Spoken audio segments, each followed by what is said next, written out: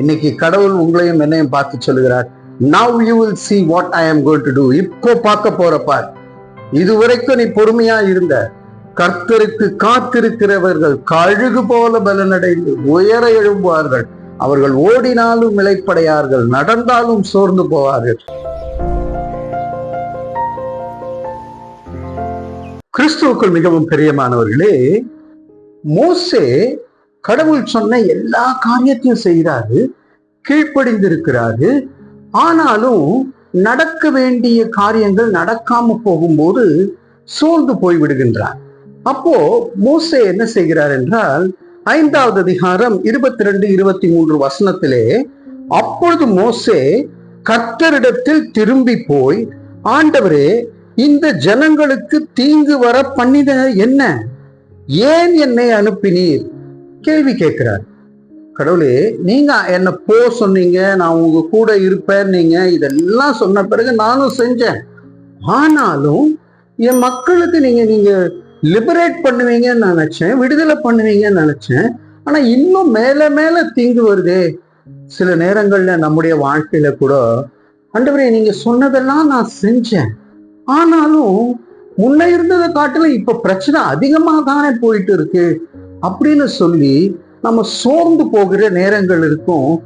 ஏன் என்ன அனுப்புனீங்க ஆண்டவரேன்னு கேட்கிற கேள்வியும் இருக்கக்கூடும். கர்த்தா பிரியமானவர்களே, அப்போ மறுபடியும் புலம்புறாரு பாருங்க. 23வது வசனத்திலே, நான் உமது நாமத்தை கொண்டு பேசும்படி பார்வோனிடத்தில் பிரவேசித்தது முதல் அவன் இந்த ஜனங்களை உபத்திரவப்படுத்துகிறான், நீர் உம்முடைய ஜனங்களை விடுதலையாக்கவில்லையே என்றான்.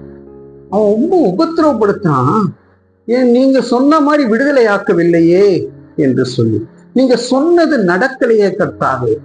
இப்படிப்பட்ட ஒரு சூழ்நிலையிலே நீங்க உங்களுடைய பணியிலே, உங்களுடைய குடும்பத்திலே, இல்ல உங்களுடைய வாழ்க்கையிலே நீங்க ஏன் ஆண்டவரே என்ன அனுப்புனீங்க?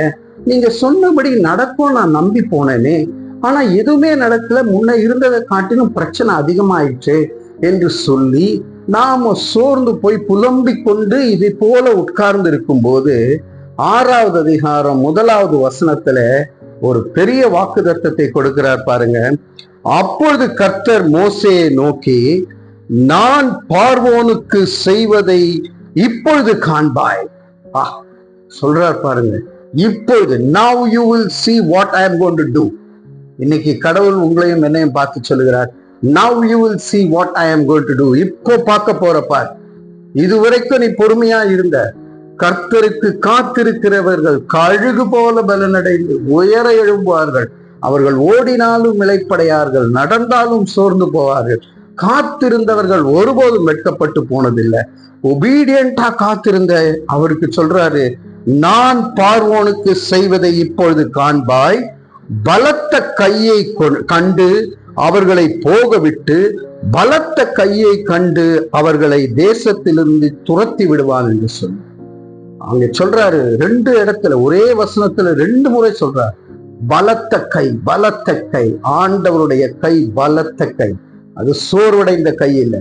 அந்த கை நமக்கு உதவியாய் இருக்கும் பொழுது பலத்த காரியங்களை நமக்கு செய்வார்.